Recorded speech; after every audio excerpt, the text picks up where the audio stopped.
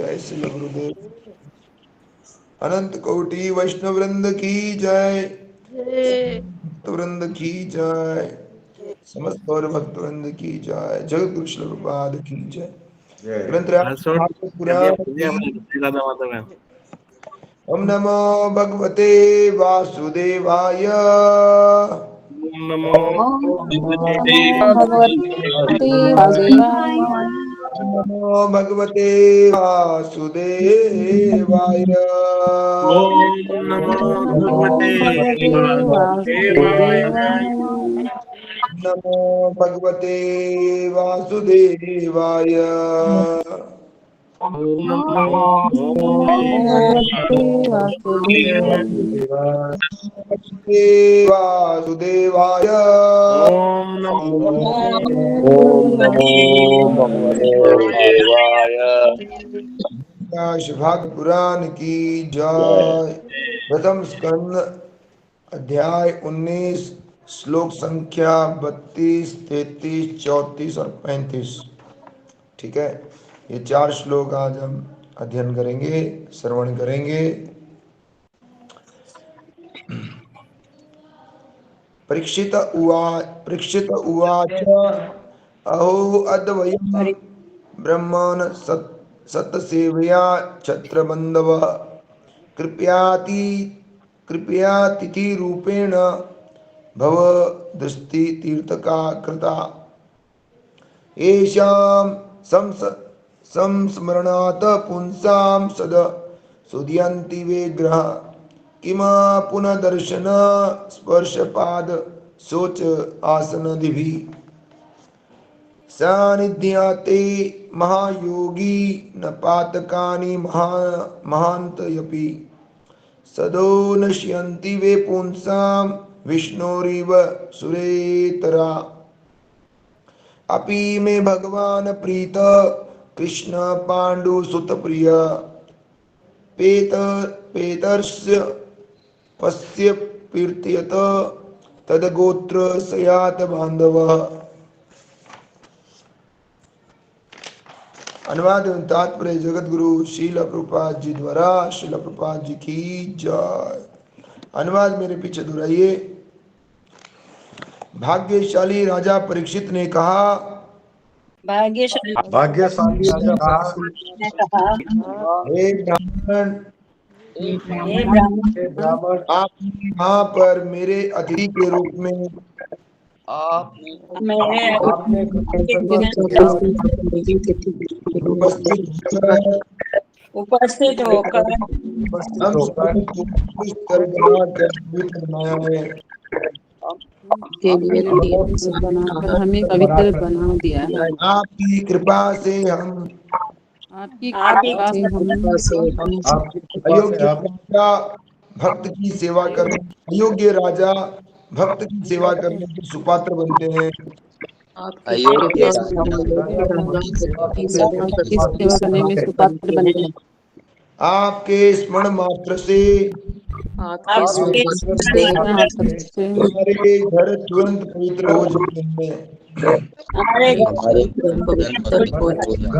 आपके देखने, आपके स्पर्श करने, आपको देखने आपके पवित्र चरणों को धोने आपके पवित्र और अपने घर में आपको आसन प्रदान के विषय में क्या कहा जाए।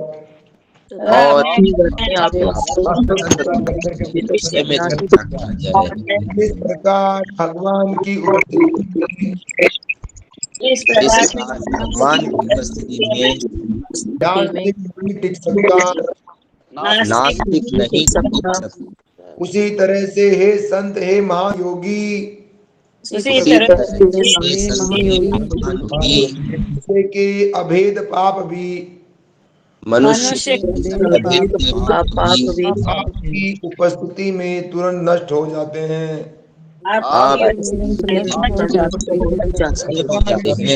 जो राजा पांडु के पुत्रों को अत्यंत प्रिय है। भगवान जो राजा राजा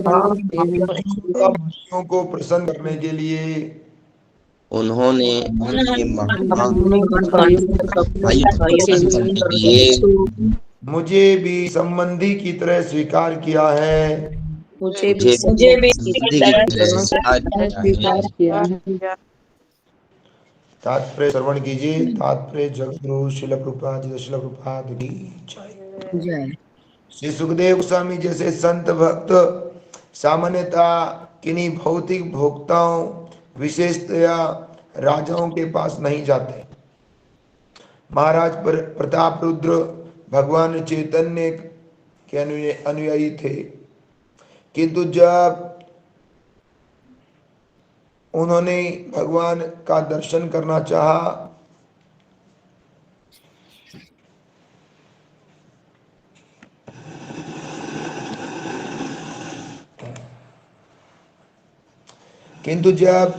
भगवान का दर्शन करना चाहा तो उन्होंने उनसे भेंट करने से इनकार कर दिया, क्योंकि वह राजा थे। जो भक्त भगवान के पास जाना चाहते हैं उन्हें दो बातें वर्जित हैं, सांसारिक भोक्ता तथा स्त्रियां। अतएव सुखदेव गोस्वामी के स्तर के भक्त राजाओं से भेंट करने में कभी रुचि नहीं रखते। निस्संदेह महाराज परीक्षित की बात दूसरी थी, वे राजा होते हुए भी महान भक्त थे। अतएव सुखदेव गोस्वामी उन्हें जीवन के अंतिम क्षणों में देखने आए। महाराज परीक्षित अपने भक्तिमय विनयशीलता के कारण अपने महान क्षत्रिय पूर्वजों का अयोग्य वंशज अनुभव कर रहे थे। यद्यपि वे पूर्वगामियों के समान ही महान थे।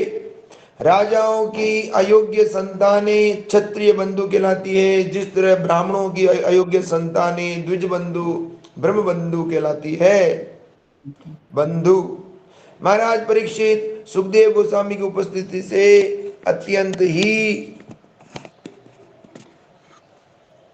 अपने को पवित्र हुआ मान रहे थे, क्योंकि ऐसे संत की उपस्थिति किसी भी स्थान को तीर्थस्थल में परिणत कर देती है।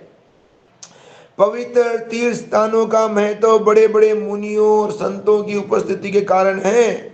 कहा जाता है कि पापी लोग पवित्र स्थानों में जाते हैं और अपने पाप को वहां छोड़ के आते हैं, जिससे वहां पाप संचित हो। लेकिन बड़े बड़े संतों की उपस्थिति से संचित पाप संदूषण विहीन हो जाते हैं, और इस तरह वहां पर उपस्थित भक्तों तथा संतों की कृपा से वे पवित्र स्थान पवित्र बनते रहते हैं। यदि ऐसे संत संसारिक लोगों के घरों में प्रकट हो तो सांसारिक भोक्ताओं का संचित पाप क्षमित होता रहता है। अतएव पवित्र संतों का ग्रस्तों से कोई स्वार्थ नहीं रहता। उनका एकमात्र उद्देश्य ग्रस्तों के घरों को पवित्र बनाना है।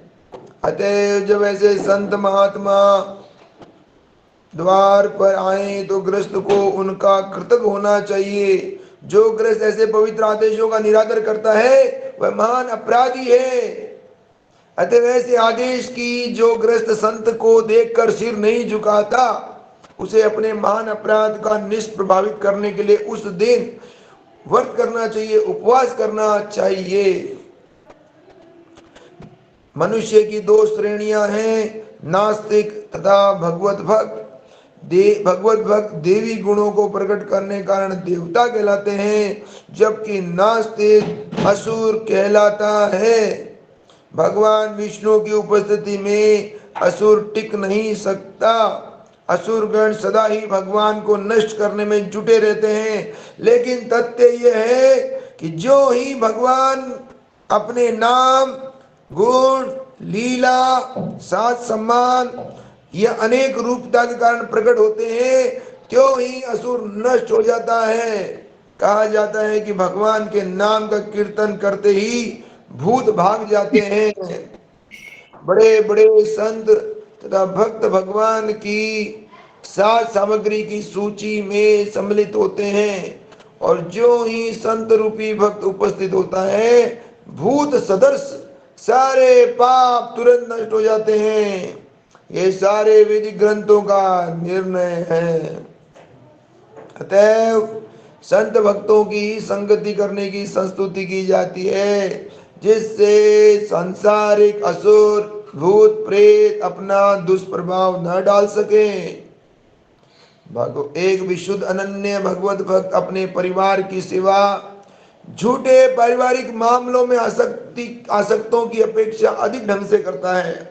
सामान्यतः लोग पारिवारिक मामलों में आसक्त रहते हैं और मानव समाज का सारा आर्थिक आवेग पारिवारिक मोह के वशीभूत होकर होता है। ऐसे मोहग्रस्त लोगों की इतनी सूचना नहीं रहती कि भगवत भक्त बनकर वे परिवार की अधिक अच्छी सेवा कर सकते हैं। भगवान अपने भक्त के पारिवारिक सदस्यों तथा वंशजों को विशेष सुरक्षा प्रदान करते हैं, भले ही वे सदस्य स्वयं अभक्त क्यों न हो। महाराज प्रहलाद भगवान के महान भक्त थे, लेकिन उनका पिता हिरण्यकश्यपु महान नास्तिक भगवान का प्रख्यात शत्रु था। किंतु इतना होते हुए भी हिरण्यकश्यपु को मोक्ष प्राप्त हुआ, क्योंकि वह महाराज प्रहलाद का पिता था। भगवान इतने दयालु हैं कि वे अपने भक्त के परिवार वालों को सारी सुरक्षा प्रदान करते हैं, जिससे भक्त को अपने परिवार के विषय में चिंता करने की आवश्यकता नहीं रह जाती। यहाँ तक कि चाहे भक्ति करने के लिए वैसे सदस्यों को छोड़ भी दे। महाराज युधिष्ठिर उनके भाई कुंती के पुत्र थे और कुंती कृष्ण की बुआ थी। महाराज परीक्षित महान पांडवों के एकमात्र पुत्र होने के कारण भगवान श्री कृष्ण का संरक्षण स्वीकार करते हैं। अज्ञानतिमिरान्धस्य ज्ञानाञ्जनशलाकया चक्षुर्मिलितं येन तस्मै श्रीगुरुवे नमः। श्रीचैतन्यमनोभीष्टं स्थापितं येन भूतले स्वयं रूप कदा मह्यं ददाति स्वपदान्तिकं। वन्देऽहं श्रीगुरो श्रीयुतापदकमलं श्रीगुरून् वैष्णवां च श्रीरूपं साग्रजातं सगण रघुनाथान्वितं तं सजीवं वेतं सावधूतं परिजन सहितं श्रीकृष्ण चैतन्य देव श्री राधा कृष्ण पदान् सगललिता विशाखान्वितान् जय कृष्ण करुणा सिंधु दीनबंधो जगत्पते गोपेश गोपिका कांत राधा कांत नमोस्तुते। तप्त कांचन गौरांगी राधे वृंदावनेश्वरी वृषभानुसुते प्रणमामि हरिप्रिय। वाञ्छा कल्पतरुभ्यश्च कृपा सिन्धुभ्य एव च पतितानां पावनेभ्यो वैष्णवयो नमो नमः। जय श्री कृष्ण चैतन्य प्रभु नित्यानंद श्री अद्वैत गदाधर श्रीवासादि गौर भक्त वृंद की जय।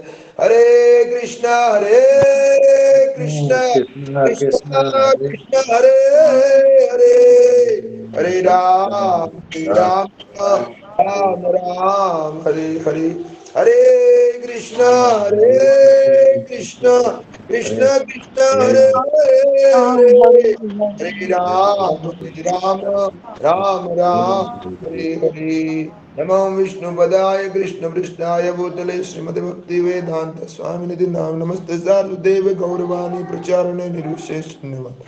पाश्चात देश जगत गुरु श्रील प्रभुपाद जी की जय, समस्त वैष्णव वृंद की जय। हरे कृष्ण। तो ये जो भागवत के आज प्रथम स्कंद का जो अंतिम पड़ाव है 19वां अध्याय, और सुखदेव गोस्वामी का आगमन में हम ये श्लोक पढ़ रहे हैं, और अंतिम श्लोक 40वें से पहले ये श्लोक हैं। और जैसे आप पढ़ रहे हैं सुन रहे हैं इसमें कि सुखदेव गोस्वामी आते हैं और सारे उसमें वेद व्यास जी से लेके बड़े बड़े ऋषि मुनि और स्वयं देवर्षि नारद भी वहाँ थे, और उनके बीच में अपने सुखदेव गोस्वामी आते हैं और परीक्षित महाराज अंतिम 7 दिन में वो हरि कथा भागवत कथा सुनाते हैं। यहाँ पर आज के इन 3-4 श्लोकों से हमें क्या शिक्षा लेके जानी है, क्या हमें शिक्षा लेनी चाहिए। भागवत श्रवण करके हमारा जीवन पवित्र होता है, ये सबसे बड़ी लाभ है। अगर हम भागवत श्रवण करने के बाद हमारा चित्त विचलितता, जो चंचलता खत्म नहीं हुई है, तो निश्चित रूप से हमने भागवत श्रवण नहीं किया है, हमारा चित्त श्रवण में नहीं है, कहीं और है। ऐसा बताया जाता है कि जैसे हम कई बार सुने हैं, कई 4 प्रकार के वक्ता हैं, 4 प्रकार के अच्छे श्रोता हैं, 4 प्रकार के बुरे श्रोता हैं। कई भक्तों ने इनके बारे में पढ़ा होगा, भक्ति शास्त्री कर रहे हैं वो तो रोज ही पढ़ ही रहे हैं, है ना। तो हमें बैल का जैसा और भेड़िए के जैसा और कौवे के जैसा और ऊंट के जैसा श्रोता नहीं बनना है ना। वैष्णव ने बताया है कि कैसे एक बैल के समान है, जो कहीं इधर उधर भेड़िए के समान जो चिल्लाता है ना, और कभी इस दर्शन को कभी उस दर्शन को, लेकिन वो है गुरु शिष्य परंपरा में नहीं आ पाता है। कौवे के समान जो केवल दोषों को ही देखता है, और ऊंट के समान जो धर्म के मार्ग में आने के बाद भी इंद्र तृप्ति ही उसका जीवन का लक्ष्य है। जैसे अभी हमने पढ़ा, मनुष्यों की 2 कैटेगरी है, एक नास्तिक और एक आस्तिक, एक भगवत भक्त और एक असुर, एक देवता और एक भक्त। तो हम देखते हैं कि कुछ लोगों ने ठान रखी होती है, कुछ लोग इतने जिद्दी होते हैं कि उनके पर साक्षात भगवत कृपा होने पर भी वो कृपा ले नहीं पाते। इसका उदाहरण है दुर्योधन। दुर्योधन एक ढीठ व्यक्ति का उदाहरण है, जिद्दी व्यक्ति का उदाहरण है, पर ऐसी जिद हमारे काम आने वाली नहीं है ना। हमें इसलिए विद्या वह है जो विनय देती, विद्या ददाति विनय। तो भक्ति तो विनम्रता की सिरमौर है। अगर किसी में भक्ति आई है तो विनम्रता परम होनी चाहिए, क्योंकि उसे कौन सी विद्या ग्रहण करी? भगवत भक्ति। भगवत भक्ति की विद्या ग्रहण करने पर तो उसमें इतनी विनम्रता आनी चाहिए जिसकी कोई सीमा ही नहीं है। और जितनी विनम्रता उतना ऊंचा भक्त, उतना बड़ा भक्त, उतना महान भक्त, उतना कृष्ण की कृपा उस पर हो चुकी है, उतनी गुरु की कृपा उस पर हो चुकी है। और इसका साक्षात उदाहरण परीक्षित महाराज अपने जीवन से दे रहे हैं।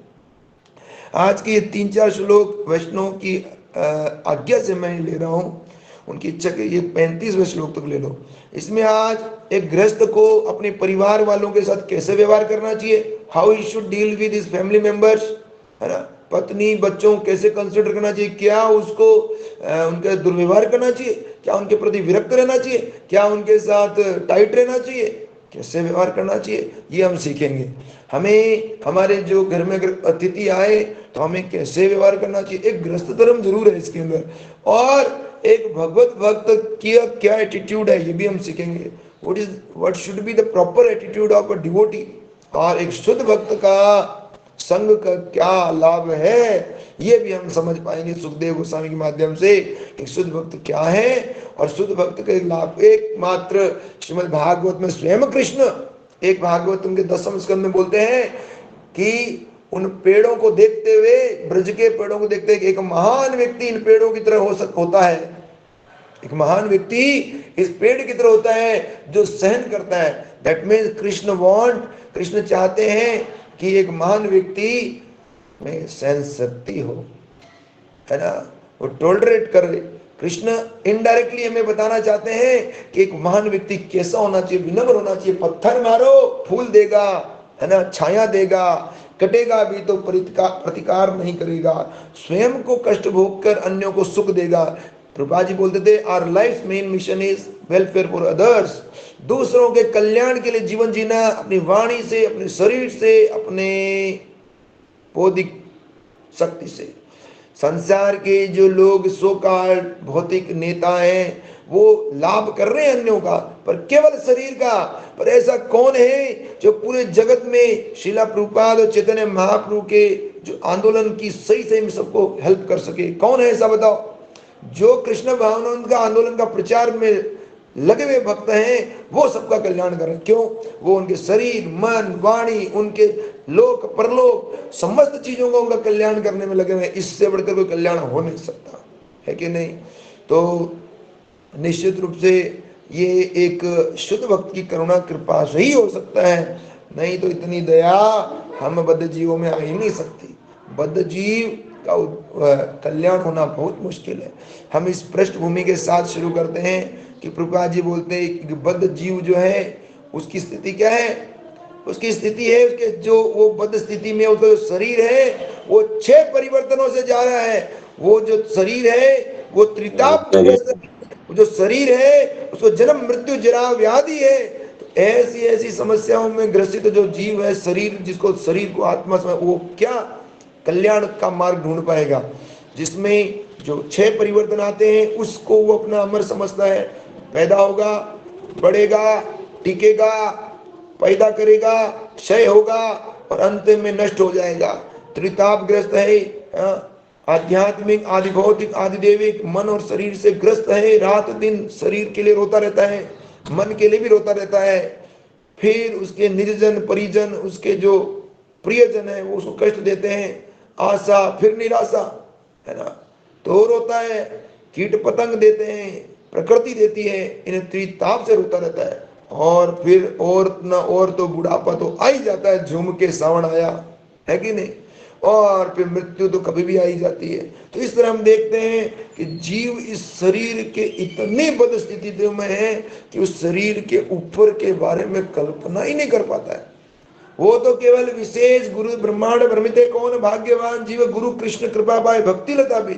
जब गुरु कृष्ण की विशेष कृपा होती है तब जाके कुछ होता है। ब्रह्मश्रद्धे गौर गोविंद स्वयं महाराज एक प्रवचन बताते हैं, स्व परतव भागवत के श्लोक का विचार प्रकट करके, जब तक व्यक्ति स्वयं इंडिविजुअली व्यक्तिगत रूप से अपनी जिम्मेदारी लेके अपने में परिवर्तन की नहीं सोचेगा तो क्या गुरु, क्या कृष्ण क्या कर लेंगे?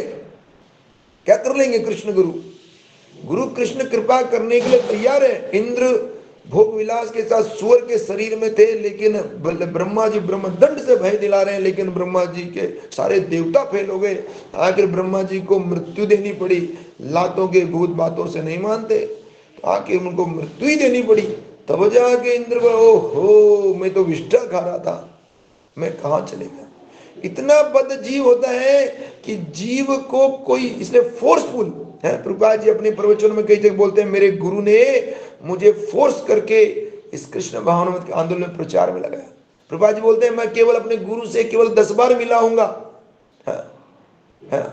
कितनी बार मिला मैं, पर मेरे गुरु ने मेरे लिए योजना बनाया। कई प्रभुपाद जी एक प्रवचन में बोलते हैं, कई लोग, मैं मठों में रहते थे, मैं मठ नहीं रहता था, तो बोलते बॉम्बे का मंदिर संभाल लो, ये संभाल लो, लेकिन हमारे गुरुदेव बोलते एक दिन ये सेवा जरूर करेगा, एक दिन ये सेवा कर लेगा, सेवा आएगा, टाइम आएगा, है ना। तो गुरु की योजना और कृष्ण की योजना विशेष योजना है। केवल उसके श्रद्धा से उसकी योजना में विश्वास कर ले, उसकी नैया पार।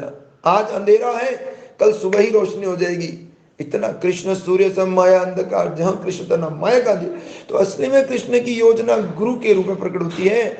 और जब ऐसे सुखदेव गोस्वामी की परंपरा वाले जब साक्षात वैष्णव, शुद्ध वैष्णव प्रकट हो जाए, तो वे जीव को अपने जीवन का समस्त भाग्य, परम भाग्यशाली समझना थे। कोटि जन्म के बाद इस जन्म मेरे भाग्य खुला है ना।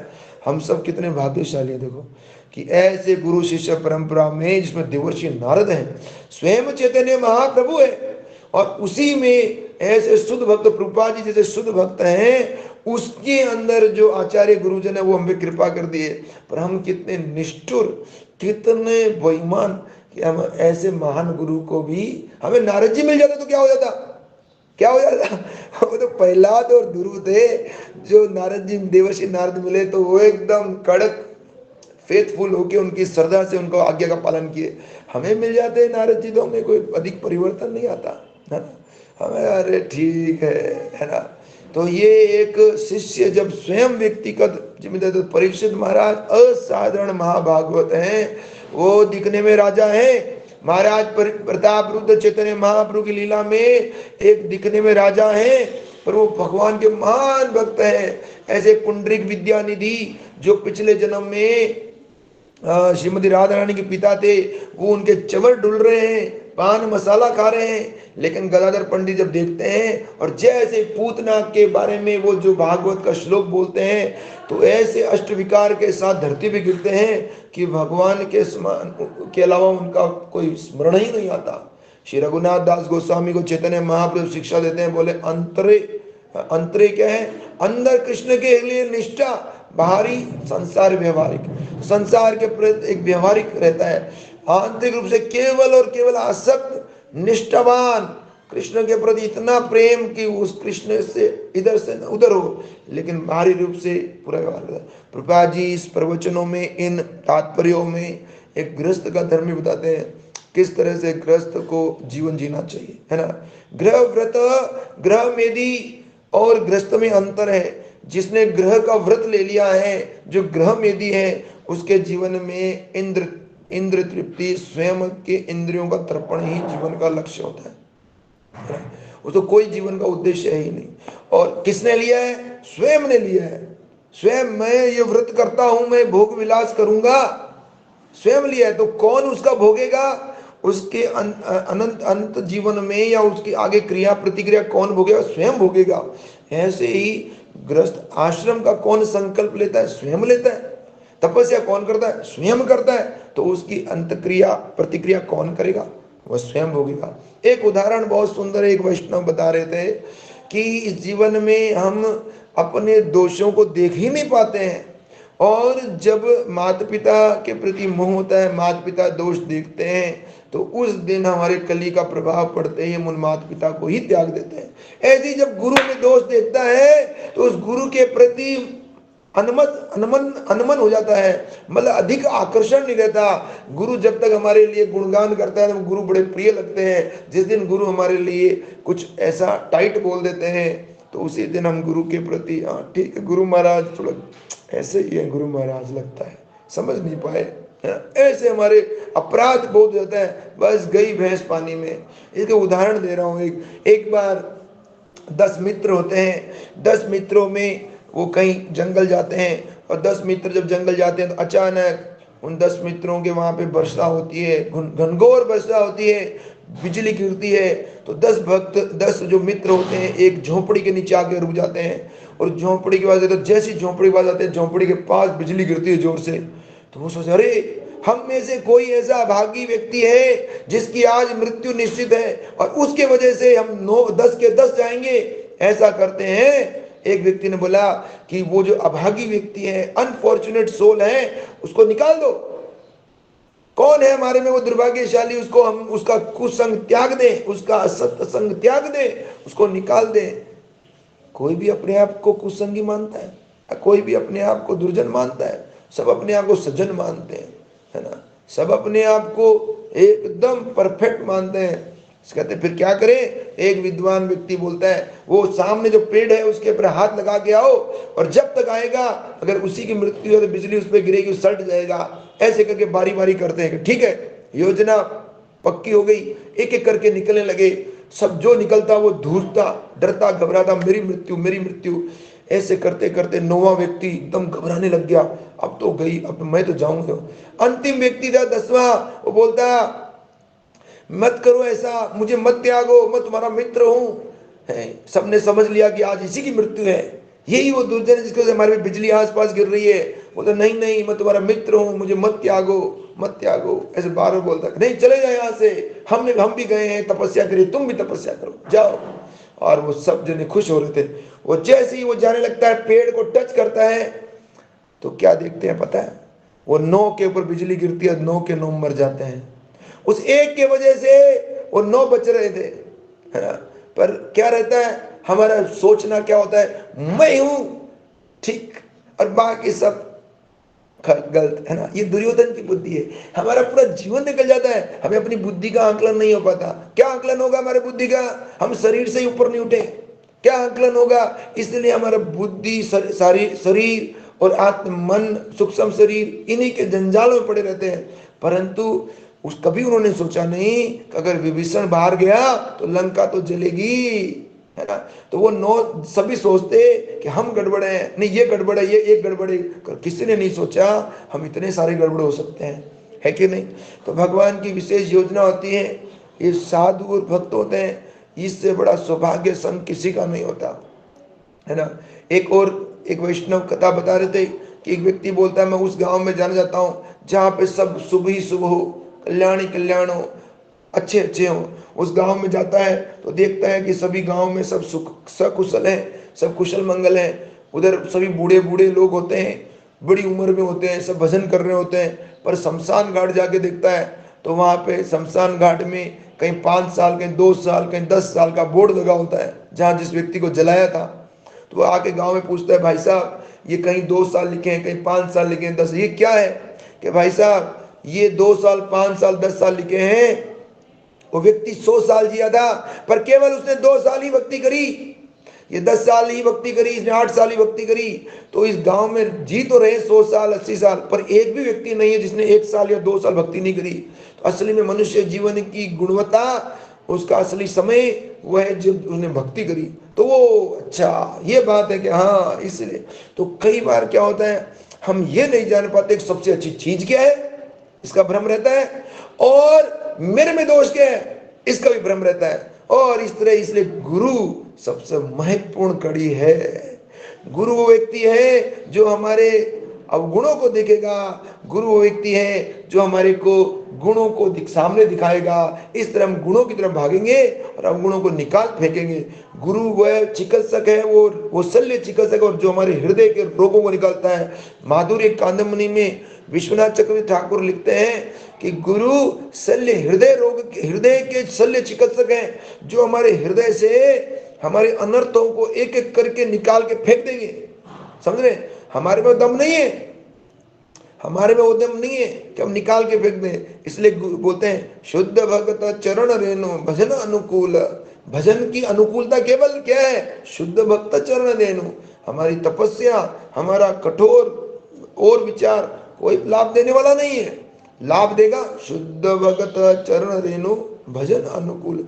भजन की अनुकूलता केवल और केवल शुद्ध भक्त की चरण रेणु है, अर्थात उनकी चरण रज, उनके चरण जो बोले जो 3 महाबल, उनकी आज्ञा, उनकी श्रद्धा से उनकी आज्ञा का पालन करने वाला व्यक्ति कौन है? वह व्यक्ति जो उनकी आज्ञा पालन करता है, उनको ही कृपा मिलने वाली है। ये बड़ी बात है। तो परीक्षित महाराज बड़े भाग्यशाली राजा थे, है ना, इन भागवत श्लोक से जानते हैं। और उनके बारे में जो इसमें विवरण हम पिछले श्लोकों में अब देखते हैं कि वो अपने आप को महान सुपात्र समझ रहे हैं, भाग्यशाली। कैसे समझ रहे हैं? कि मेरे पास, मैं जब जीवन के अंतिम मोड़ पे हूं तो ऐसे शुद्ध वैष्णव, इतने सारे वैष्णव, इतने बड़े बड़े महाभागवत, मतलब मेरे घर पे आ गए, मतलब मेरे पास आ गए, है ना। इससे बढ़कर क्या है बताओ? कहीं गली में मरता है, कुत्ते की तरह मरता है, कोई बाथरूम में मर जाता है, कोई सड़क पे मर जाता है, कोई कहीं मरता है, कहीं वैष्णव, कोई दूर दूर कोई संघ है। पर यहाँ पर बिगेस्ट एलिजिबिलिटी, हम पात्रता भरते हैं ना, एग्जाम फॉर्म भरते हैं, व्हाट इज योर एलिजिबिलिटी, ये बिगेस्ट एलिजिबिलिटी है कि एक व्यक्ति की सबसे बड़ी टॉप मोस्ट बिगेस्ट एलिजिबिलिटी है कि उसको वैष्णवों का संग मिले। अंतिम प्रभुपाद जी जब श्रीमद् अंतिम में इस संसार से जा रहे थे तो प्रभुपाद जी के चारों तरफ भक्ति भक्त, प्रभुपाद जी वृंदावन में प्रभुपाद जी भागवत को उच्चारण कर रहे हैं, लिखवा रहे हैं, और भक्तों के बीच में कीर्तन कथा के बीच जा रहे हैं। ऐसे कितने शिष्य प्रभुपाद के ऐसे ही गए, है ना। ऐसे हम उदाहरण देखते हैं। ये योजना, तो ये भगवान की व्यवस्था है। एक तमाल कृष्ण महाराज के बारे में कई बार वैष्णव बताते हैं, कई 14 ईयर्स तक वो आए नहीं वृंदावन मायापुर, लेकिन जब आए तो हरिदास ठाकुर जी की समाधि के पास वहीं शरीर त्याग दिए, उसी स्थान में शरीर त्याग दिए आफ्टर 14 ईयर्स 2006 में। तो ये किसकी योजना? ना हमारी ना आपकी। ये योजना किसकी? कृष्ण की योजना। कृष्ण की योजना सर्वोपरि है, लेकिन कृष्ण की योजना का पता कैसे चलेगा? गुरु की कृपा, गुरु कृपा केवल, है ना।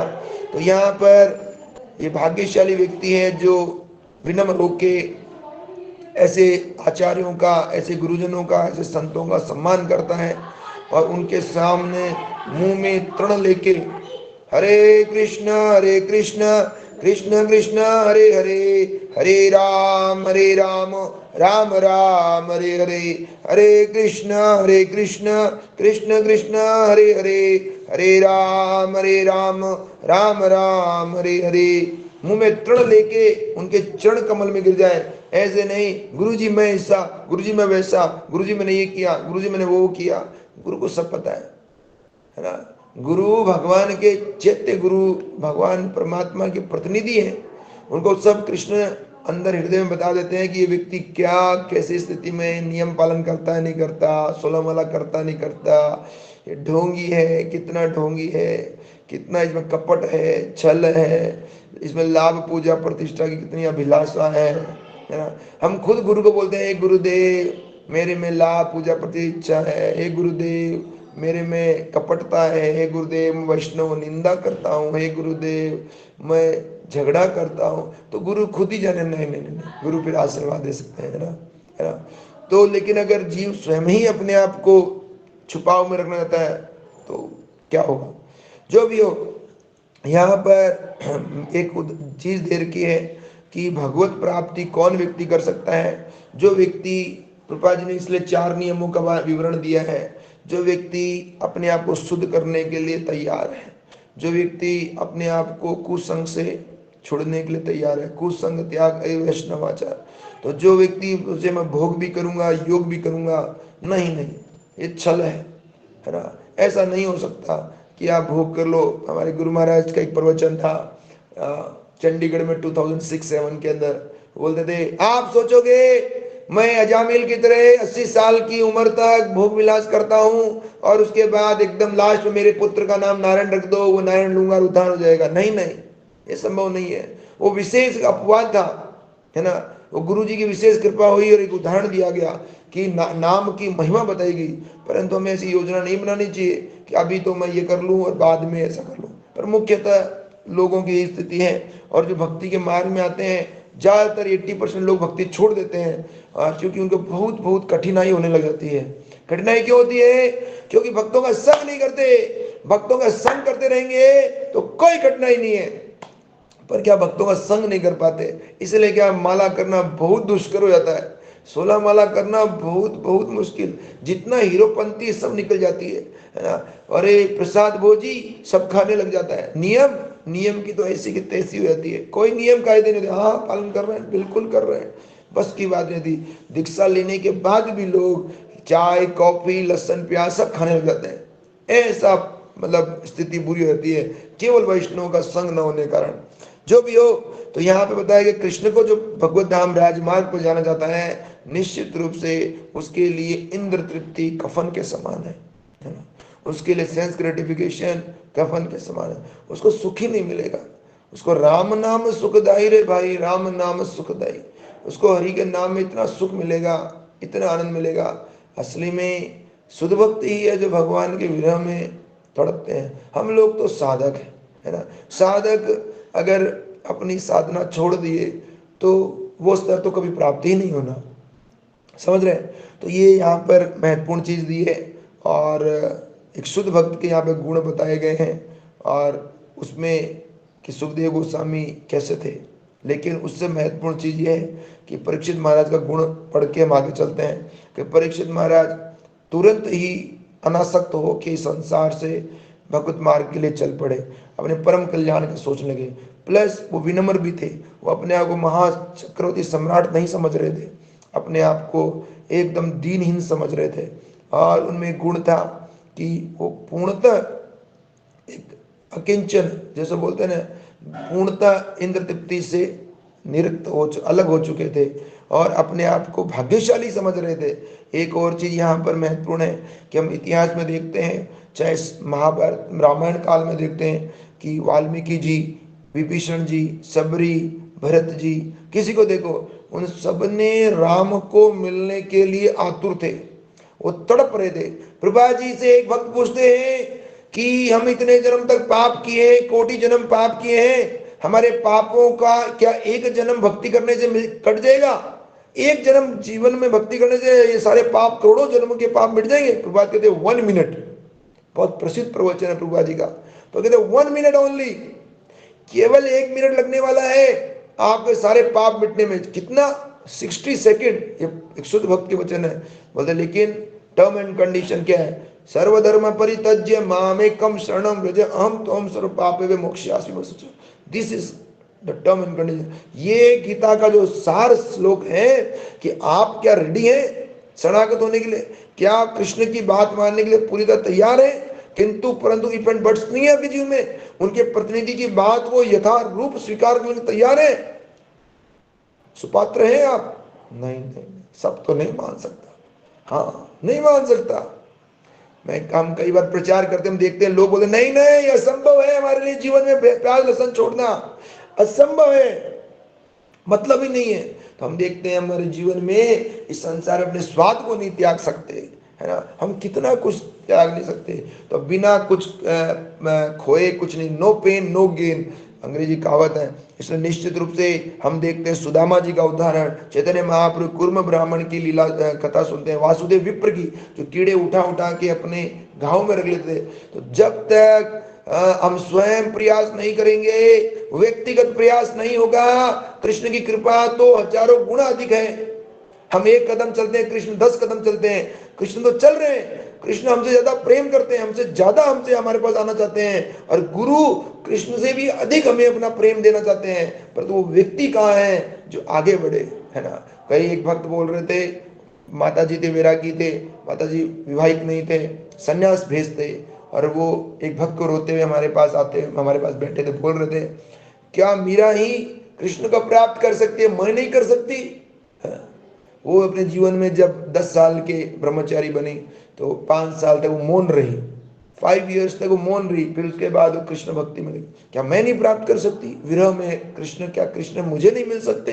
कृष्ण मिले, कृष्ण मिले हैं तभी हम उस संसार के आवेग में, उस संसार के विषय दुर्जन में टिक पा रहे हैं। असंभव है टिक पाना, असंभव है। इतने वेगों की भरी हुई संसार में जो आग लगी हुई है भोग विलास की, वहां आप रुक के सकते हैं? रुक ही नहीं सकते, आप नहीं रुक सकते। कहीं ना कहीं कृष्ण की विशेष कृपा है। तो यहाँ पर परीक्षित महाराज का जो गुण है, प्रभुपाद जी तात्पर्य में लिख रहे हैं, एक डिवोटी का क्वालिफिकेशन है 3rd वर्ष, तृणादपि सुनीचे न तरोरपि सही सुना अमानी न मान देना कीर्तनीय सदारी। ये तीसरा श्लोक जो कृष्णदास कविराज गोस्वामी द्वारा चैतन्य चरितामृत में दे रखा है, इसकी जैसे माला बनाने जी प्रभुपाद जी बोले, असली में ये श्लोक वैष्णव का सार है, आभूषण है, तुलसी से बड़ा, तिलक से बड़ा आभूषण है, जिसमें उस व्यक्ति के आचरण में प्रकट होता है कि वो अपने आप को असली में वो क्या है, उसकी सिद्धांत क्या समझा है, गुरु कितनी कृपा हुई है, कृष्ण कृपा तो हुई है, पर कितनी उसने इम्बाइब करी है। उस स्पॉन्ज की तरह, स्पंज होता है वो, स्पंज कितना उसने पानी को सोखा है, कितना उसने अपने गुरु कृपा को लिया है। तो ये बहुत महत्वपूर्ण है। आगे इन्हीं श्लोकों में बताया गया है जो अनक्वालिफाइड लोग ब्राह्मण और क्षत्रिय बंधु बोले गए हैं, है ना।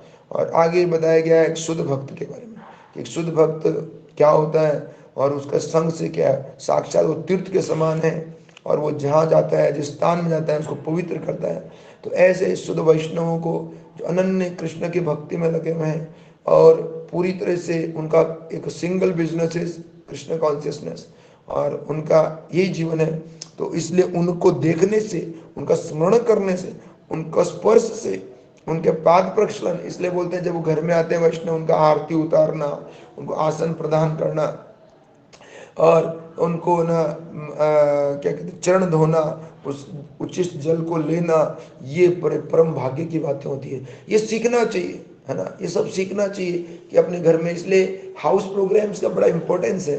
घर, अपने घर, गृहस्थी अपने घर में वैष्णव को बुलाए, साधुओं को बुलाए, तभी उसका जीवन सफल है। हम गौर मोहनडे प्रभुपाद जी के पिता का देखते हैं, घर में सदा सदा वैष्णव आते रहते थे, है ना, अलग अलग तरह से, अलग जो वैष्णव उनको आते थे, खिलाते थे, प्रसाद खिलाते थे, उनको भक्ति दक्षिणा देते थे।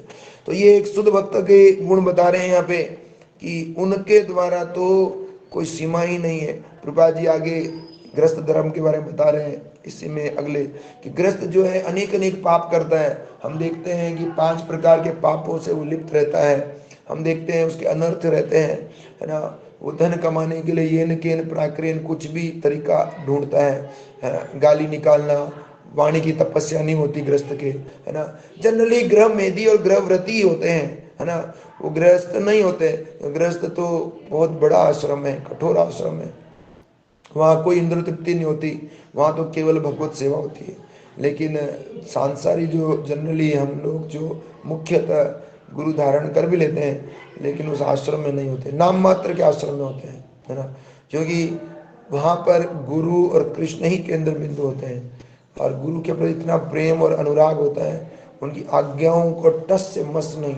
श्रील भक्ति सिद्धांत ठाकुर का एक उदाहरण देखते हैं कि उनके पिता ने एक बार बोला जब केवल 7 साल के थे, 7 के थे 4 के थे, मुझे स्मरण नहीं है, तो जब उनको आम खाने के लिए मना किया, जब बिना भोग लगा हुआ आम खाए, जीवन पर्यंत नहीं खाए।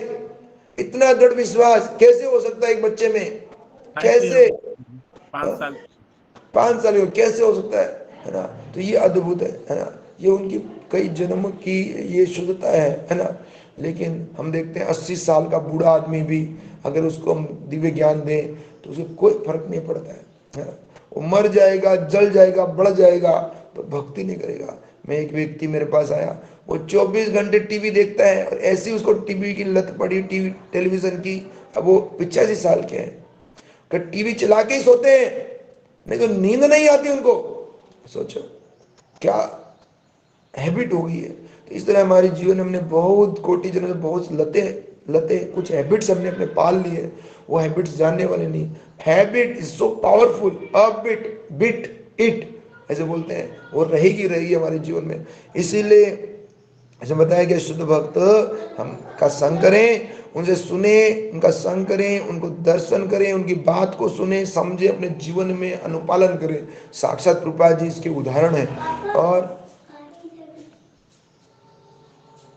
हरे कृष्ण है ना, ये इसका उदाहरण है। और इसके बाद प्रभुपाद जी बोल रहे हैं अगर हम अपने संचित पापों से मुक्त होना चाहते हैं तो ये निश्चित वैष्णव को सेवा करना चाहिए, नहीं तो हमें अपराध लगते हैं।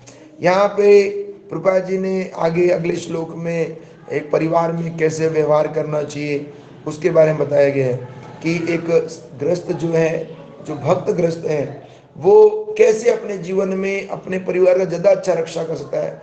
सो डिवोटी को लर्न करना चाहिए टू डील विद अदर माताएं, to deal with other non devotees, to deal with office employees, to deal with non devotees, opposite gender. उसको शिक्षा होनी चाहिए। ऐसे नहीं कुछ भी करे कहीं पर भी ना, उसके लिए मर्यादा होनी चाहिए, शिक्षा होनी चाहिए। तो यहाँ पे एक डिवोटी का फैमिली में व्यवहार कैसे होना चाहिए, बोलते हैं कि अनासक्त होना चाहिए, वी शुड बी अनअटैच्ड है ना। आंतरिक रूप से उसमें कृष्ण में इच्छा होनी चाहिए, बाहरी रूप से प्रॉपर प्रैक्टिकल होना चाहिए, सारी सेवाएं करनी चाहिए। उसकी जिम्मेदारी बनती है क्योंकि उसने इन डिवोटीज का, इन सब का जिम्मेदारी लिया है और ये सब कृष्ण के ही बच्चे हैं। हमारा परिवार तो पूरा कृष्ण का है, चर चर चर अचर पूरा जगत ही कृष्ण का है, कृष्ण का परिवार है, कृष्ण के बच्चे हैं। अब उसमें केवल ब्लड रिलेशन या जो सो कॉल्ड वो मान के हम सोचते हैं तो ये हमारी कृपण बुद्धि है। शास्त्र में कृपण और ब्राह्मण 2 प्रकार के व्यक्ति हैं। कृपण जो केवल अपने शरीर और शरीर से संबंधित को ही अपना मानता है, स्वार्थी होता है। तो ब्राह्मण है वो जानता है कि आत्मा क्या है, ब्रह्म को जानता है, परमात्मा को जानता है, इसलिए वो सबको प्रेम करता है। यहाँ श्रीमद् भागवत में उदाहरण दे चुके हैं, great devotees are like trees. महान भक्त वृक्ष के समान होते हैं। तृणादपि सुनिचेन वाला श्लोक उनके अंग अंग में, उनके मतलब उनके जीवन में होता है। और जो संसारी होता है वो ग्रस्त आसक्त होने के कारण भ्रमित होता है, मोह में होता है और आर्थिक आवेग में आ जाता है। प्रभुपाद जी तात्पर्य में लिखते हैं इकोनॉमिक क्राइसिस उसके जीवन में रहती है और वो धन के लिए। लेकिन जो वैष्णव जन होते हैं वो जानते हैं हमें धन क्यों कमाना है, हमें किस लिए कमाना है। उनका धन किस में लगता है, वो प्रचार में लगता है, भक्ति में लगता है, तीर्थाटन में लगता है ना, दान में लगता है।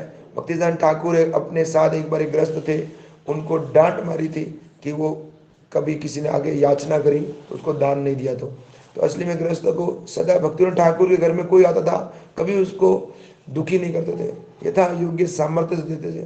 तो व्यक्ति को संचित, ये संचय करने की भावना गृहस्थ में होती है, इकट्ठा करता है। लेकिन जो भी चीज आती है उसको दे देना चाहिए। दान करने से पवित्रता बढ़ती है। पर सुपात्र को दे, सुपात्र को जिसको आवश्यकता है। गीता में 17वें अध्याय में दिया हुआ है तमोगुणी दान, रजोगुणी दान, सत्वगुणी दान, ये समझना चाहिए। और क्या है, प्रभुपाद जी बोलते हैं बहुत बहुत बुद्धिमान लोग ही कृष्ण भावना में तो पकड़ेंगे और कुछ भाग्यशाली होंगे, कुछ दुर्भाग्यशाली होंगे।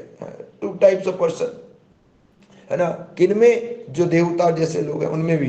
तो इस तरह से हम देखते हैं सभी कृष्ण भावनामत को। तो ऐसे जो गृहस्थ जो कृष्ण भावनामत को लेते हैं वो परम हितकारी है। वो अपने कुल का अपने से प्रहलाद महाराज को उदाहरण मिलता है, 21 पुस्तकों का कल्याण कर दिया। तो वो उनके केवल केवल और केवल उनके भक्त नहीं, उसके परिवार में अभक्त छोड़िए, सार्वभौम भट्टाचार्य का चैतन्य चरितमृत में उदाहरण मिलता है कि उनके घर में छिपकली भी है, उसका भी कल्याण हो जाएगा। सार्वभौम भट्टाचार्य के जो जवाई थे, क्या नाम था उनका, किसी भक्त को याद है, जिन्हें कॉलरा हो गया था, और महाप्रभु उनके घर जाके उसके छाती पे और सिर पे हाथ रखते हैं, है ना? क्या नाम था? गोपीनाथ आचार्य तो उनके साले थे और जो भक्त थे, और सार्वभौम भट्टाचार्य के जो जवाई थे अमोघा। यस माता जी, धन्यवाद माता जी। अमोघा, अमोघा जो थे वो चैतन्य महाप्रभु, वो सन्यासियों के प्रति दुर्भावना रखते थे। वो महाप्रभु के जब घर में जब सार्वभौम भट्टाचार्य भोजन करा, उनकी पत्नी भोजन बना रही थी, वो खिला रहे थे, तो डंडा लेके खड़े थे, लठ लेके, आएगा तो सूंद दूंगा, मार दूंगा, बेटी मेरी विधवा हो जाए, ऐसा उनका भावना था। ऐसा भी नहीं सोचा, लेकिन माँ अगर उसने अपराध कर दिया तो आ गया, तो ये तो डंडा लेकर खड़े थे, पर मौका देख के उसने आके महाप्रभु को बोल ही दिए, हो सन्यासी बनते हो, इतना बड़ा खाते हो दबा के। महाप्रभु तुरंत ही विनम्रता पूर्वक, महाप्रभु तो स्वयं भगवान, लेकिन विनम्र हाथ धो लिए, वो कुल्ला चूल्हा जो कर लिए। अरे बाप रे बाप, हम होगा तो भागे भक्तिविनोद ठाकुर कूटने के लिए, पीटने के लिए, भक्तिविनोद ठाकुर नहीं, सार्वभौम भट्टाचार्य, सॉरी। और फाइनली अमोघा को अपराध लगा, तो कई बार वाचाल होने के कारण और कई बार हमारे इन इंद्रियों में नियंत्रण होने के कारण हम कितने समस्याओं को आमंत्रण दे लेते हैं, है ना? हम ऐसे ही देखते हैं, रामानंद राय और जो भावानंद के 5 बेटे थे, चरितमृत में कथा सुनते हैं, भावानंद के 5 बेटे थे, सबके सब चैतन्य महाप्रभु के भक्त थे। उसमें मुख्यतः रामानंद राय थे, जो गोदावरी तट पे रामानंद, जो विशाखा सखी बोला जाता है जिनको, उनका भी एक भाई थे, क्या नाम था जिनका, कोई वैष्णव को याद होगा। तो उन्होंने भी, धन का चोरी हो गया था थोड़ा, वो कथा भी आती है, पर महाप्रभु उन पर भी बाद में कृपा की, प्रताप रुद्र महाराज को विशेष बताया। पर वैष्णव को अपने इस भौतिक जगत में जो भी नौकरी या जैसे भी कर रहा है, उसको बड़ा सावधान रहना चाहिए। बेईमानी का धन, बेईमानी का तरीका, तुरंत पैसा आ सकता है, लेकिन परिवार में आसक्त होके धनंजय नहीं बनना।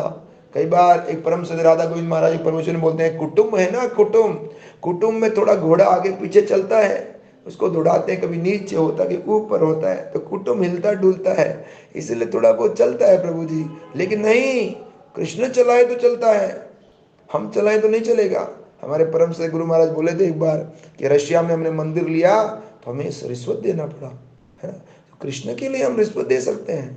मॉस्को टेम्पल के लिए जगह का रिश्वत दिया कि भैया तुम थोड़ा जगह दे दो, है ना? तो हम परम कार्य के लिए कई बार जैसे श्रील रूप गोस्वामी ने, सनातन गोस्वामी ने रिश्वत दिया उस मुसलमान के जेलर को, और जेल से निकल के भागे, स्नान किए, स्नान करके निकल लिए। तो परम कार्य के लिए हमें कई बार ऐसा करना पड़ता है, लेकिन अपने साधारण आचरण व्यवहार में, अपने नित्य जीवन में, अगर हमारे जीवन में हम ये चोरी, झूठ, कपट, छल करेंगे तो हमें भगवत प्राप्ति नहीं होने वाली। हमारा कठिन गृहस्थ आश्रम के जो नियम कायदे उनको पालन करना चाहिए। ऐसा नहीं जब ब्रह्मचारी बन जाए तो गृहस्थ की चिंता करें, गृहस्थ का बनने का सोचे, गृहस्थ बन जाए तो ब्रह्मचारी विरक्त होने का सोच ले। नहीं, विरक्त हमें होना है, परंतु कैसे होना है? हमारे आंतरिक हृदय में। Our heart should be saffron, आंतरिक हृदय हमारा सेफ्रन होना चाहिए। बाहरी से हम चाहे कैसे भी रंग के हों, है कि नहीं? तो ये, और एक इसमें बहुत महत्वपूर्ण प्रभा जी तात्पर्य में लिखे, अंतिम में समाप्त करता हूँ कथा को। प्रभा जी बोलते हैं, कृष्ण अपनी समस्त जो भक्तजन है उनका रक्षा करते हैं, ये वो विश्वास अवश्य रक्षे बे कृष्ण, विश्वास का पालन करिए, कृष्ण जरूर रक्षा करेंगे, है ना? इसको विश्वास होता है ना? जैसे अहिल्या का उदाहरण मिलता है, अहिल्या को कितने 100 साल देवताओं के लिए उसको पत्थर बनना पड़ा, तो गौतम ऋषि ने वापस बोल दिया था, उन्होंने क्षमा मांगी पति के चरण में, तो बोला हाँ राम आएंगे, राम कृपा करे। तो वो देख सकती थी, सुन सकती थी, लेकिन लोग नहीं देख सकते थे, सुन सकते थे, है ना?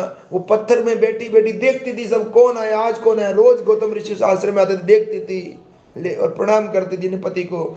एक दिन राम आएंगे आएंगे, और एक दिन राम वहां आए और उनको अपना स्पर्श करे, सर उनके अपने पैर से, जैसे नित्यानंद प्रभु ने रघुनाथ दास के सिर पे पैर रख दिया।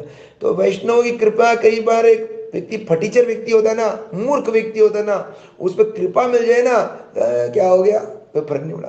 इसलिए वैष्णव कृपा को अनंत, इसलिए कभी भक्त मिल जाए तो भक्तों की चरण धूलि, भक्त ही नहीं जो है छोटा भक्त है, नया भक्त है, भक्त हैगा अनंत कोटि वैष्णव दिखते हैं भक्त है। भक्त कोई कद्दू वद्दू आलू आलू थोड़ी है जो चारों तरफ बिखरे पड़े हैं, नहीं, भक्त दिखते ही नहीं है। इसलिए प्रयास करना चाहिए कि वैष्णव जन जो कहीं मिले तो उनके प्रति भावना हो, है ना। और डांट पड़ती है ना, वो भाग्यशाली होते हैं। हर नत्थु गिरे को डांट नहीं पड़ने वाली, वैष्णव जन उसी को डांटेंगे, गुरुजन उसी को डांटेंगे जो परम उनको लगता है कि आगे बढ़ सकता है, योग्यता है इसमें। जो हर किसी को नहीं डांटेंगे कि नया आदमी है इसको डांट देंगे तो जाएगा नहीं। इसलिए हमें प्रयास करना चाहिए कि भक्तों की कृपा लेने के लिए सदा अपने हृदय को, अपने अपने जीवन को पात्र बनाना चाहिए इसके लिए, है कि नहीं। तो ये प्रभुपाद जी यहाँ पे बताते हैं। और अंतिम उदाहरण दिया कैसे हिरण्यकशिपु का उद्धार हो गया, प्रहलाद रावण का उद्धार हुआ, शिशुपाल का उदाहरण हुआ, है ना, अमोघा का उद्धार हुआ। इसलिए भक्त को कभी भी चिंता नहीं करनी चाहिए, है ना, नो वरीज, है ना, उसको रोना नहीं चाहिए, उसको अपने जीवन में सदा विश्वास रखना चाहिए कि चैतन्य महाप्रभु जो गौरधन है मैं उसका पालन करूंगा तो मेरा कल्याण ही होगा, है ना। उसको क्रिस्टल क्लियर होना चाहिए, प्योरिटी, क्लियरिटी, मैच्योरिटी, है ना। शुड बी कंप्लीट क्लियरेंस कि मेरा जीवन कृष्ण की कृपा पर निर्भर है ना। जैसे रखेंगे वो जैसे नचाएंगे मैं नाचूंगा, पर क्या मैं रेडी हूँ, क्या मैं एकदम कंप्लीटली रेडी हूँ कि नहीं हूँ। इसलिए हमें अपने जीवन को इस तरह से ढालना चाहिए कि हम कृष्ण की कृपा, गुरु कृपा को लेने के लिए तैयार हो जाएं। तब तो हमारे जीवन के अंतिम पड़ाव में हमें कोई समस्या नहीं आने वाली, है ना। एक लास्ट स्टोरी बता के मैं समाप्त करूंगा। एक तिरुपति बालाजी के महान भक्त थे, मैं वैष्णव से सुन रहा था। तिरुपति बालाजी के महान भक्त थे। वो भक्त शादी हो रही थी उनके पुत्र की, तो रात को फेरे होने के बाद तुरंत ही कहते बालाजी के दर्शन कराऊंगा। सारे परिवार कहते मूर्ख हो तुम, मूर्ख, अरे रिचुअल्स को तो पूरा होने दो। अगर रात के 10 बज गए, 9 बज गए, तुम कहते बालाजी के दर्शन करोगे, बालाजी के दर्शन होते हैं 12 बजे तक हो जाते हैं, मैं लेके जाऊंगा। तो परिवार ने कहा अरे भाई थोड़ा तो शर्म कर लो, पूरे कार्यकलाप हो जाए, सुबह ले जाना आराम से। ना, अभी ले जाऊंगा। वो तुरंत ले गया। और जैसे तिरुपति बालाजी के जो भक्त गए, कोई गया भक्त आप में से? तो तिरुपति बालाजी बहुत ऊंची पहाड़ी पर है ना, एक पितामहपुर गए। तो वो जब भक्त वो जाते हैं तो गाड़ी खराब हो जाती है, गाड़ी खराब हो जाती है और इतना रोने लगे थे, पीड़ित होते हैं, उनकी गाड़ी टूट जाती है। और कौन उस जंगल में मिला के, जंगल है, कौन मिलने वाला है, और नई दुल्हन, नया दूल्हा, और समय निकल रहा है, कहाँ से जाएंगे, क्या जाएंगे, बड़ी पीड़ा होने लगी कि अब इसका दर्शन क्या होगा। तो मन में कुभाव आ गए, ये कृष्ण कुछ नहीं करते, ये अपने भक्त का फेवर नहीं करते, ये बड़े बड़े भक्त होते हैं ना, शुद्ध भक्त, उन्हीं पे कृपा करते हैं। हम जैसे नत्थु केरे पे कोई नहीं करते है ना। जिसमें पता है ना वो बैरागी माता जी बोले मीरा जैसी मैं थोड़ी हूँ। इसे तुरंत ही हमारे हृदय में ना डाइल्यूजन आ जाता है ना। ए जगन्नाथ कुछ नहीं करने वाले, महान भक्त करते हैं, कोई प्रसिद्धि दिलानी तो करते हैं, हम पे थोड़ी करेंगे, हम थोड़ी हरिदास ठाकुर है, हम थोड़ी वो है। ऐसे विचार करने लगे, योजना बनाने लगे, वापस जाऊंगा, दर्शन नहीं करूंगा, ऐसे योजना बनाने लगा। तभी वहाँ के एक बड़े अफसर थे तिरुपति बालाजी के, वो तिरुपति बालाजी से बहुत प्रेम करते, वो भी एक भक्त थे। और उनका योजना होता था कि रोजाना तिरुपति बालाजी के दर्शन करते थे। एक दिन उनके ऑफिस में इतना लेट हो गया, और वो बालाजी के वहाँ अफसर थे, बड़े अधिकारी थे, इतना लेट हो गया कि रात के 10 बज गए। उनकी पत्नी बोली आप रहने दीजिए, आज दर्शन मत कीजिए, कल सुबह अपन साथ में मंगल आरती कर लेंगे, 3 बजे चलेंगे, आप घर पे आ जाओ सीधा। कि नहीं ऐसा नहीं हो सकता, मैं जाऊंगा। अरे आप क्या जाओगे, अब रात के 12 बजे पहुंचोगे। लेकिन योजना देखो भगवान की, वो अपनी गाड़ी लेकर गए। तो जैसे वो गाड़ी लेके उस जंगल में जाने लगे तिरुपति बालाजी, तो वो भक्त जो बूढ़े व्यक्ति थे ना, जो अपने बहू को बेटे, वो ऐसे कहते रुको रुको रुको रुको। अरे भाई ये कौन रुक रहा है रात को जंगल में, 11 बजे, भूत है, प्रेत है, कौन आ गया। उन्होंने रोका, बोलते ऐसे हम ना, ऐसे हमारी गाड़ी टूट गई, ये हो गई। कोई बात नहीं, आ जाओ मेरी गाड़ी में आ जाओ। वो गाड़ी में आके बैठे, और गाड़ी में आके उन्होंने बैठ गए। और वो भक्त बूढ़े व्यक्ति थे, बोलते क्या बालाजी के दर्शन करें, ये वो फलाना, बालाजी को खूब सुनाया, है ना। वो भक्त मौन होकर सुनते रहे। फिर बोलते ना क्या गुरुजी, गुरुजी प्रभु जी है, प्रभु जी बेकार आदमी है, बिल्कुल घटिया आदमी है, ये वो, प्रभु जी तुम क्या जानते हो, मैं जानता हूँ, बताता हूँ तुम्हें आज। वो भक्त भी मौन होकर सुनते रहे, भाई बालाजी कूड़ आ गया तारो भगत। वो बालाजी के सुनते रहे। वो पूरा सुनने के बाद बालाजी के वहां पे जैसे वो पहुंचे, उन भक्त ने कहा, बड़े अफसर थे, उन्होंने बोला इनको तुरंत की गाड़ी ठीक करा दो, रिपेयर कर दो गाड़ी एकदम। कह रात को 12 बजे रिपेयर, हाँ कर दो। और भगवान के विशेष वीवीआईपी दर्शन कराओ, उनको वीवीआईपी दर्शन करवाया। मतलब वो दोनों जो बहू थी उनके दर्शन कराया, गार्लैंड मिला, ये मिला, वो तो प्रसाद खिलाओ जोरदार वाला। वो सोच सपने में नहीं सोचा था, इतनी भीड़ थी, इतनी भीड़ थी। और वो कल्पना नहीं कहते मेरे क्या दर्शन होंगे, विशेष दर्शन, गाड़ी रिपेयर, प्रसाद ऊपर से, प्लस उनको नीचे तक छोड़ा। कई दिनों बाद उन्हें फिर पता चला कि वो व्यक्ति कौन था। वो कोई बड़े भक्त थे, बड़े अफसर थे। उन्होंने लिखा, मैं माफी चाहता हूँ, मैंने भगवान बालाजी को बहुत गाली दिया, पर मैं देख लिया कि बालाजी की क्या योजना थी। तो वो भक्त भी बोलते हैं, हाँ हाँ मैं भी आने वाला नहीं था, पर बालाजी का तो योजना कहीं और था, इसलिए मुझे भी आना पड़ा। समझ रहे हो? तो हमें कई बार लगता है कि बाहर निकले, ये करें वो करें, तो हमारे माता पिता बोलते नहीं बेटा अभी कमरा बंद रखो, इस गेट से निकलो, नहीं ये भी कमरा बंद रखो, ये इस गेट से निकलो, नहीं ये भी कमरा बंद रखो, गेट बंद रखो। क्यों? क्योंकि बाहर तूफान होता है। समझ रहे? तो इसीलिए हमारे को कृष्ण पे भरोसा होना चाहिए, चाहे कितना ही बुरा स्थिति हो जाए, है ना। हमें कभी घबराना नहीं चाहिए। बहुत बहुत कुछ संसार पता नहीं कोटि जन्म का हमारे कष्ट मिलने वाला होगा, पर कृष्ण की योजना परम योजना है। और एक बार हमने उनकी शरण पकड़ी है, चाहे थोड़े ही पकड़ी है, ही एक्सेप्टेड अस। वो रिजेक्ट नहीं करने वाले। उनसे बड़ा वो हम नहीं समझ पा रहे क्योंकि हम अशुद्ध हैं, पर उनकी दया की कोई सीमा नहीं है। ठीक है? ग्रंथ श्री भागवत पुराण की जय, जगत गुरु श्रील प्रभुपाद जी की जय, श्री देव की जय, समस्त वैष्णव वृंद की जय। हरे कृष्ण। कोई डिवोटी कुछ जोड़ना चाहेगा इन श्लोकों में? He can add.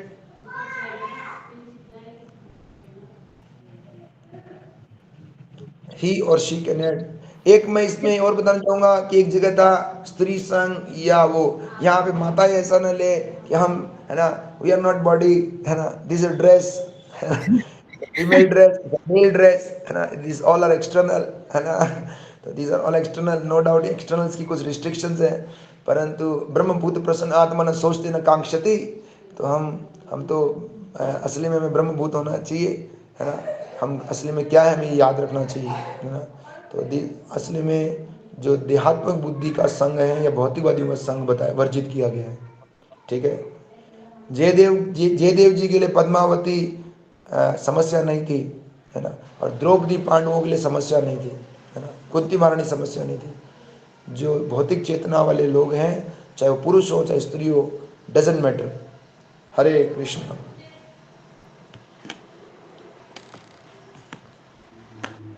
हाँ, यस महारानी माता जी।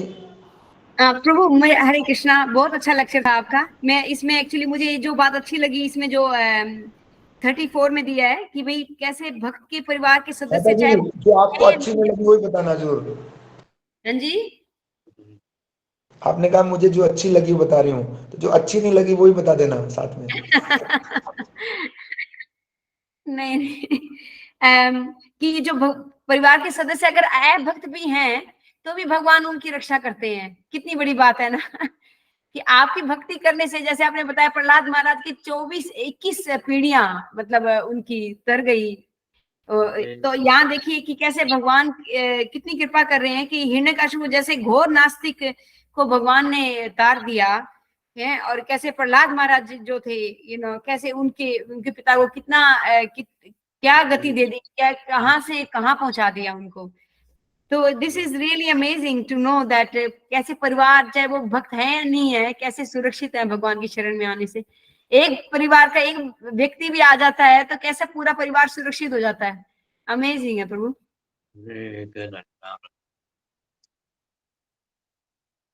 प्रभु आपने ये जो बताया मैं क्लियर करना चाहती थी पॉइंट। मैं देख रही हूँ कहाँ है।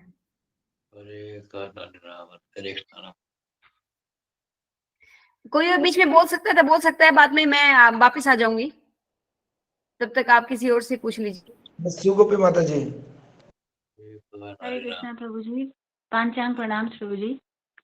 ये आपने आज का क्लास बहुत ही वंडरफुल दिया है। इसमें इतना कुछ है कि बहुत दिनों तक इसके ऊपर होमवर्क है एक्चुअली, चिंतन मनन करने के लिए, एप्लीकेशन करने के लिए बहुत बहुत सारे आपने इम्पोर्टेंट पॉइंट्स इतने सारे कवर किए इसके अंदर, और ये स्टोरी जो आपने बताई थी इट वाज वेरी इंस्पिरेशनल, क्योंकि आपने एक पॉइंट बोला कि हम लोग सोचते हैं कि निशुद्ध भक्तों के ऊपर कृपा होती है, ऐसा हमें लगता है, पर भगवान हमारे लिए ऑलरेडी बहुत कुछ कर रहे हैं और वो हमें कभी नहीं छोड़ेंगे। बस ये हमारी हम लोग शुद्ध नहीं है इसीलिए समझ नहीं सकते इस पॉइंट को, बट भगवान हमें कभी नहीं छोड़ेंगे। अवश्य रक्षिबु कृष्णा, ये आपने बताया, और भी बहुत सारे ब्यूटीफुल पॉइंट्स आपने कवर किए। दैट इंडिविजुअल एफर्ट आपने बताया कि बहुत ज़रूरी है, मतलब हमें ध्यान देना है कि हम इंडिविजुअली एक एफर्ट अपनी तरफ से लगा रहे हैं। And you said no pain no gain, तो ये बहुत इम्पोर्टेंट है, we have to put in our individual effort. और कैसे परीक्षित महाराज इतना ही वाज फीलिंग कि मैं बहुत फॉर्चुनेट हूँ कि सब इतने सारे भक्तों का मुझे संग मिला है। अभी देखिए वो मरने वाले हैं, वो जानते हैं कि 7 दिनों में उनकी मृत्यु होने वाली है, फिर भी ऐसी अवस्था में वो ये समझ पा रहे हैं कि भगवान की कितनी बड़ी कृपा है उनके ऊपर, क्योंकि सब वैष्णवों का, सब भक्तों का उनको संग मिला है। तो बहुत सारे पॉइंट्स आपने इसके अंदर कवर किए हैं प्रभु जी। सो एक क्वेश्चन था मेरा, इफ मैं पूछ सकती हूँ क्या प्रभु जी? जैसे आपने त्रिणादपि सुनिचेन तरोरपि सहिष्णुना, ये श्लोक आपने बताया, कोट किया कि वैष्णव के लिए ये वाला श्लोक like they should wear it in the neck, ऐसा भी हम लोग पढ़ते हैं, सुनते हैं। तो चैतन्य महाप्रभु ने प्रभु जी जो भक्ति दी है हमारे को, वो बहुत सिंपल है, जैसे हम लोग बोलते हैं it is very very simple. और कृष्णा जो है वो बोलते हैं सर्वधर्मान परित्यज्य, और जब तक आप सरेंडर नहीं करोगे तब तक तो पॉसिबल नहीं है, Krishna is not going to accept. लेकिन चैतन्य महाप्रभु इतने लीनियंट है कि, और इवन नित्यानंद प्रभु भी इतने लीनियंट है कि चाहे आपके अंदर कोई भी क्वालिफिकेशन नहीं हो तो भी आप वो एक्सेप्ट कर लेंगे वो। तो पर जब हम त्रिनादपि सुनिचेन ये वाला श्लोक लेते हैं तो ये स्टैंडर्ड्स जो है बहुत टफ स्टैंडर्ड है, जैसे त्रिनादपि सुनिचेन तरोरेव सहिष्णुना, और ऐसा करने के बाद ही कीर्तनीय सदा हरि। तो पर्सनली मीन्स आई फील के यहाँ पे आकर के समहाउ गाड़ी सी रुक जाती है भक्ति की, क्योंकि इतना हाई स्टैंडर्ड है ये। तो हम इसे कैसे समझ सकते हैं कि भक्ति आसान भी है और प्लस यहाँ पे इतना मुश्किल, ये इतना ज़्यादा हाई स्टैंडर्ड है, और ऐसी क्या सिचुएशंस है जहाँ पे भक्त को क्या हर जगह टॉलरेट करना चाहिए या कहीं पे कुछ एक्शन भी लेना चाहिए? क्योंकि हम भौतिक जगत में हैं तो काफ़ी सारी चीज़ें यहाँ पे गलत भी होती हैं। तो क्या भक्त को हमेशा टॉलरेट करना चाहिए, और कुछ गलत हो रहा है तो क्या उसको होने देना चाहिए? आई मीन हरे कृष्ण। हरे कृष्णा। बहुत सुंदर प्रश्न है माता जी का हम सब के लिए। असली में पहली चीज़ तो ये है कि इस श्लोक को हमें हर जगह के लिए यूज़ करना चाहिए।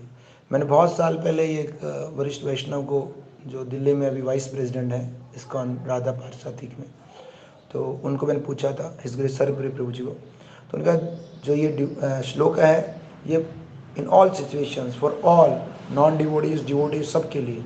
असली में किसके लिए? व्यक्तिगत के लिए, पर्सनल है। जैसे हम 4 नियम पालन कर रहे हैं, किसको पालन करना है? स्वयं को करना है। 16 माला किसको करनी है? स्वयं को करनी है। मंगल आरती किसको करनी है? स्वयं को करना है। प्रसाद भोजी कौन हो रहा है? स्वयं को करना है। गुरु के शरण में किसको जाना है? स्वयं को जाना है। तो ये श्लोक पहले तो सबके लिए है। अब रहा कि व्यवहार में कई चीज़ें होती है, टिट फॉर टैट, जैसे हमारे गुरु महाराज के प्रवचन में आता है। टिट फॉर टैट भौतिक जगत का उदाहरण है, ऐसे जैसे को तैसा, है ना। पर ये जो श्लोक है ये डिवोटीज के लिए है। लेकिन जब स्वयं की नीति शास्त्र बोलते, एक नीति शास्त्र है, एक धर्मशास्त्र है। नीति शास्त्र के अनुसार तो कई चीज़ें अलग अलग है, इस पर बहुत डिटेल चला जाएगा, पर मैं शॉर्ट में बता रहा हूँ, क्योंकि ये बताया गया नीति शास्त्र में क्या कहा गया, धर्मशास्त्र में क्या कहा गया। लेकिन हमें समझना होगा कि जब स्वयं के लिए कष्ट हो, स्वयं के लिए, तो हमें ये in every situation we should tolerate, कोई भी। लेकिन जब गुरु के लिए, वैष्णव के लिए, भगवान के लिए कहीं पर कोई कुछ कर रहा हो, वी शुड नॉट टॉलरेट, है ना। कहीं कहीं पे विवरण दे रखा है, 3 सिचुएशंस है। या तो अपना शरीर त्याग दें, जैसे सती माता, भगवान शिव का अपमान हुआ, ये शरीर किसने दिया? दक्ष प्रजापति ने। इस शरीर के पर अधिकार पिता का है, स्वाहा, शरीर को त्याग दिया, है ना। तो लेकिन दूसरा क्या है, आप उसको दंड दे। परशुराम जी ने दंड दिया कि पिता को मारा, जाके उसको सहस्त्र भाव को मार दिया, है ना। और या अपने आप उस जगह से भाग जाए, कुछ संग त्याग ऐ वैष्णव वहां से निकल जाए, है ना। तो अन्य स्थान पर तो सिंह की तरह, श्रील भक्तिसिद्धांत ठाकुर बोले कि अन्य वैष्णवता के प्रति, भक्ति प्रति कोई दुर्भाव रखता हूँ, वहां पर सिंह के समान, पर भक्तों के साथ मेमने के समान, लैम के समान, है ना, उनकी तरह व्यवहार होना चाहिए। एक चीज तो ये। अब ये चीज है कि डिवोटी के लिए एक स्टैंडर्ड कैसा है, मतलब असली में ये चैतन्य महाप्रभु ने स्टैंडर्ड दिया है, ये गुरु शिष्य परंपरा ने स्टैंडर्ड दिया है, ये 4 संप्रदाय से स्टैंडर्ड आया है। और ये जो स्टैंडर्ड है, ये स्टैंडर्ड फर्स्ट और सेकंड क्लियर होगी तो थर्ड क्लियर होगी, है ना, है ना। अगर जिसका चित्त साफ नहीं हुआ है, जिसके, तो उसका मतलब उसको कृष्ण के अलावा बहुत कुछ है, तो ये थर्ड श्लोक का पार फॉलो कर ही नहीं सकता, है ना। 24 घंटे कीर्तन या 24 घंटे कृष्ण कॉन्शियसनेस या 365 डेज कृष्ण हो ही नहीं सकता, क्योंकि उसका अशुद्ध हृदय है, कृष्ण नानुराग, अनुराग है ही नहीं कृष्ण में। तो फर्स्ट क्लियर होगा तो सेकंड क्लियर होगा, अपन फर्स्ट पे ही है, और फर्स्ट ही क्लियर नहीं हो रहा है ना। फर्स्ट क्लियर किसका? जो निष्ठावान भक्त है। निष्ठावान कौन है? जिसका अनर्थ निवृत्ति हो चुकी है ना। 5th स्टेप, है ना, आदो श्रद्धा तथा साधु संग भजन क्रिया, अनर्थ निवृत्ति, निष्ठा, देन आसक्ति, रुचि, आसक्ति, भाव, प्रेम। तो ये निष्ठा का स्तर जो है, हमारे आचार्य गुरु कई बोलते हैं, Russian devotees, so many Russian devotees are on निष्ठा स्तर, है ना। तो निष्ठा का स्तर है जब अनर्थ खत्म हो गए, अनर्थ खत्म हो गए। अब हम देखेंगे, हम अनर्थ, कितने सारे अनर्थ हमारे, है ना। 4 टाइप्स ऑफ अनर्थास, भक्ति उत अनर्थ, भक्ति में आने के बाद अनर्थ, भक्ति में आने से पहले अनर्थ, है ना, सो मेनी अनर्थास। तो वो अनर्थास जो कैटेगरी दी है मधुर कादम्बरी में श्री विश्वनाथ चतुर्थ ठाकुर ने, तो वो अनर्थ खत्म हुए क्या? तो वो खत्म हो गए, चित्त साफ हो गया, तो भगवान अनुराग होगा, अनुराग होगा तो तृणादपि सुनिचेन होगा। तो निश्चित तृणादपि सुनिचेन जो स्तर है वो महात्मा है, शुद्ध भक्त ही है लगभग, है ना, और उसके चित्त में कोई नहीं है। फिर बाप की भी बहुत कुछ विवरण दे रखे हैं कि थर्ड अलग अलग जगह बता रखे हैं कि कौन से स्तर तक नाम का कौन सा स्तर रहता है, क्या रहता है, इसमें बहुत डिटेल्स दे रखे हैं। पर निश्चित रूप से वैष्णव के लिए हायर स्टैंडर्ड है, और इनको प्रैक्टिस में लाना चाहिए, है ना। करत करत अभ्यास जड़मति होय सुजान, प्रैक्टिस मेक्स मैन परफेक्ट, है ना। तो व्यक्ति को अभ्यास तो करना ही चाहिए। हम सब अभ्यास के मार्ग में हैं, भक्ति मार्ग जो साधना मार्ग है, भाव भक्ति नहीं कर रहे हैं हम, प्रेम भक्ति नहीं कर रहे हैं, we are not in loving devotional service, है ना। हमें कोई लव नहीं है, न गुरु से, न वैष्णव से, न नाम से। हम we are doing just we are doing this practice devotional service, practising devotional service. तो हमें साधन भक्ति कर रहे हैं, तो वेदी भक्ति कर रहे हैं, विधियों का पालन कर रहे हैं। तो इसीलिए हमारे को अभ्यासरत रहना चाहिए। और देखो अब कितने तो हमें कृपा सिद्धि जो भी है ना, एक वैष्णव बोलते हैं कृपा सिद्धि से हमारे पार पड़ जाएगी, नहीं नहीं, कृपा सिद्धि से पार पड़ेगी, पर साधना की तीव्रता ही कृपा देती है। ये एक हिडन सीक्रेट है। जितनी हमारी साधना में सघनता आएगी उतनी कृपा होने वाली है ना। तो गुरु भी देखेंगे ये इसकी साधना में बड़ी परिपक्वता है, तो वो ही कृपा भी करेंगे, है ना। तो इसीलिए हमारे को साधना तो स्ट्रॉन्ग करना चाहिए, है ना, डाइल्यूट नहीं करना चाहिए। तो ये साधना पे निर्भर है, एक व्यक्ति के नाम जप पे निर्भर है। और सार में ये है कि जितना अटेंटिव जपा होगा किसी का, उतने थर्ड स्टेप में आ जाएगा कोई, उतना तृणादपि सुनिचेन हो जाएगा, एक तो। और दूसरा अपने अपने अभद्र और अमंगल याद रहेंगे उसको कि मैं क्या हूँ। तो परीक्षित महाराज का प्रैक्टिकल उदाहरण है। पूरी धरती के राजा, एक छोटा सा एमएलए, छोटा सा प्रधान व्यक्ति, छोटा सा एक 10-15 प्लॉट हो जाए, मर्सिडीज हो जाए, या थोड़ा बहुत बल हो जाए, तो हमारी स्थिति क्या होती है। पिछले हमने चर्चा की थी कि दक्षिण भारत में वो एकनाथ के भक्त, एकनाथ का चेला होता जाता है, तो जब तक उसको प्राण का बल होता है तो कितने प्रश्न करता है। जब प्राण खत्म हो जाते हैं, जो प्राण नहीं मेरे में, मृत्यु आने वाली है, तो बलहीन हो जाता है। तो असली में हमारे पास योग्यताएं होती हैं, उन योग्यताओं का हम दुरुपयोग करते हैं। ये अशुद्ध व्यक्ति का लक्षण है। दुर्जन के पास अगर अयोग्यता आती है, योग्यता आती है, तो केवल दुरुपयोग करता है, और सज्जन के पास योग्यताएं आती है, उसका लाभ देता है। इसलिए भगवान ने 64 करोड़ को मार के युधिष्ठिर को राजा बनाया कि सज्जन है, सज्जन के पास योग्यता आएगी, स्थान आएगा तो अच्छी चीज होगी। तो निश्चित रूप से हमें सज्जन बनने का प्रयास करना चाहिए। We should be gentle, we should be gentleman. Prabhupada ji बोले devotee is a perfect gentleman, है ना। तो हमें सभ्य बनना चाहिए, है ना, और यही हमारा प्रयास होना चाहिए, तब प्रणादपि सुनिश्चय भी हो जाएगा, है कि नहीं। हरे कृष्ण।